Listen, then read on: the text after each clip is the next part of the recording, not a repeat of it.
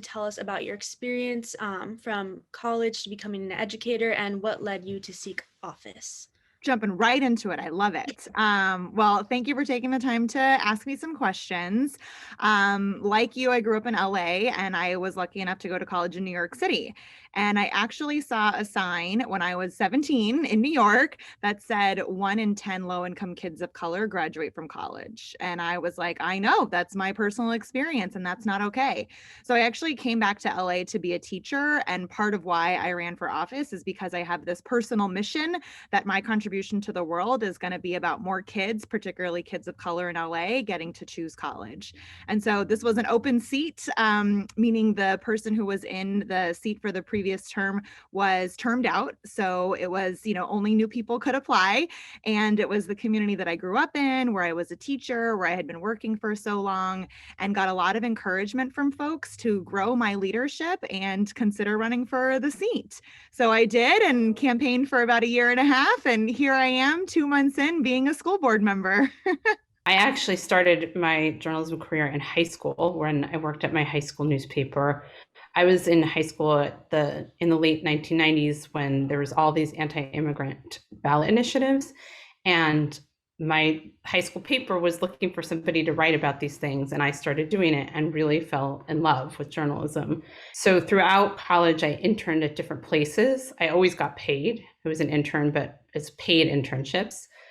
And I emphasize that because I encourage people not to work for free, if at all possible. And I worked all over the country. I worked in Reno, I worked in Denver, and I worked in Boston. And then when I graduated from college, I started with an internship at the New York Times and have been there ever since. I sometimes say that my job is to write about politics without writing about politicians. Most of what I do, a lot of what I do, is talking to voters and people, regular people, about how politics and policy impacts them. And so a lot of what I do is traveling the country to see, when I was covering the presidential campaign, to see candidates speak, to see candidates try to pitch themselves to voters, and asking voters what they think about that, what they think about what's being said, what they think about what's not being said. So it's really an amazing, it's a privilege really to be able to hear from all sorts of people and try to put their perspective into the newspaper. What new perspective did running for an elected office give you in your community? The first thing that comes up when you ask me that, Melanie, is running as a woman and as a woman of color.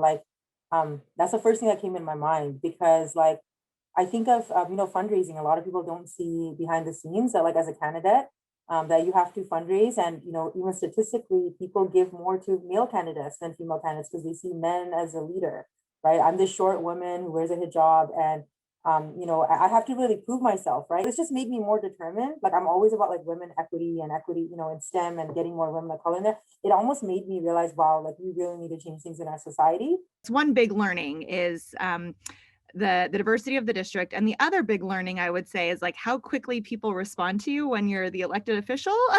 I was an advocate for a really long time, and you kind of push and scream and yell and try to, hope someone listens to you. But as the elected official, that is such an awesome power, but also responsibility. And so I really think about the inside outside, maintaining my advocacy perspective, but also using it obviously for good, and realizing, we do really need leaders at all levels of government who have that advocacy perspective and can use it for good from the inside. Do you think 2020 was a different year in politics? Oh, absolutely, without a doubt, it was a different year. And it was a different year for two big reasons. The first is the pandemic. Everybody's lives have been turned upside down. We're all stuck at home and on Zoom all the time, like we are now. And people obviously lost their jobs and lost their lives. And I think there's nobody I spoke with in the last year who hasn't had their life impacted by the pandemic in some way, shape, or form. And there's never been anything like that, really, where our individual lives are all changed at the same time, even in different ways. And so understanding how people interpreted and dealt with that change and struggled with that change for sure changed politics, without a doubt. Although maybe not as much as I might have thought. Donald Trump came very close to winning. And that's the other big thing. There's never been a politician like Donald Trump in American history who like rose through reality TV and had this kind of came out of nowhere and had totally changed the Republican Party and has this real base, has a real huge number of people who really like him and who really were loyal to him. And those people voted.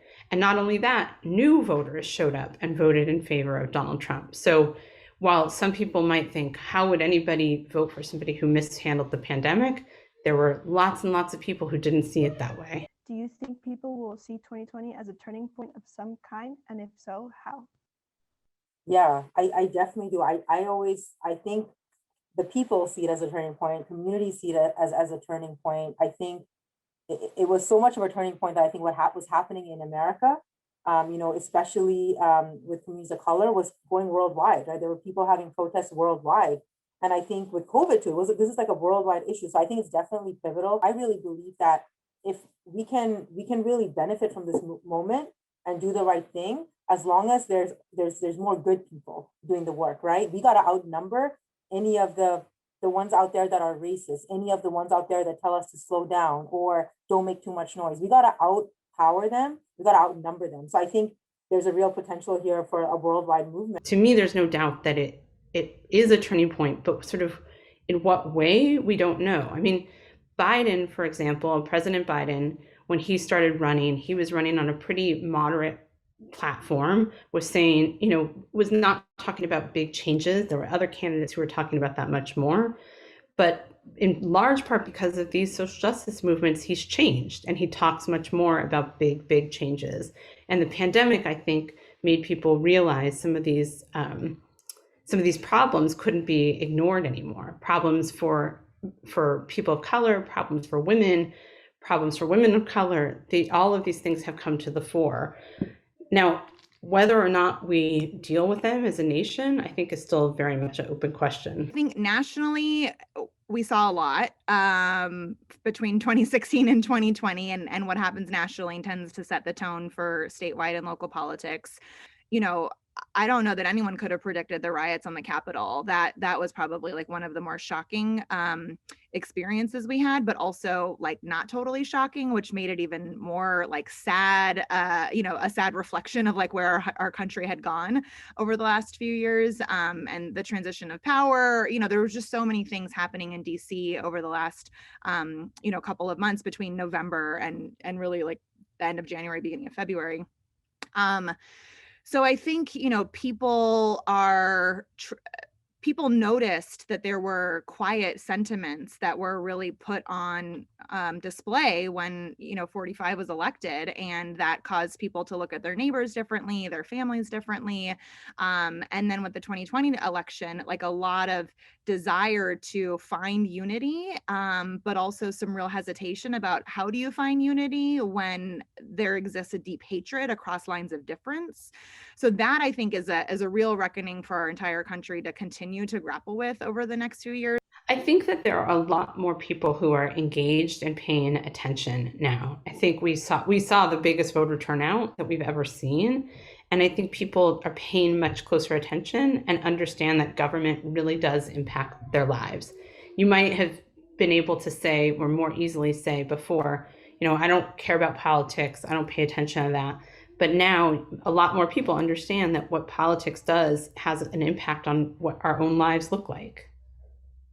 And I think I hope that part will stick around. How do you think that your career is helping you make a positive multi-generational change? So, I'm a daughter of an immigrant. My grandpa crossed with my mom and her 4 siblings at the time. One was born in the US years later, at a time when, people weren't really checking for documentation.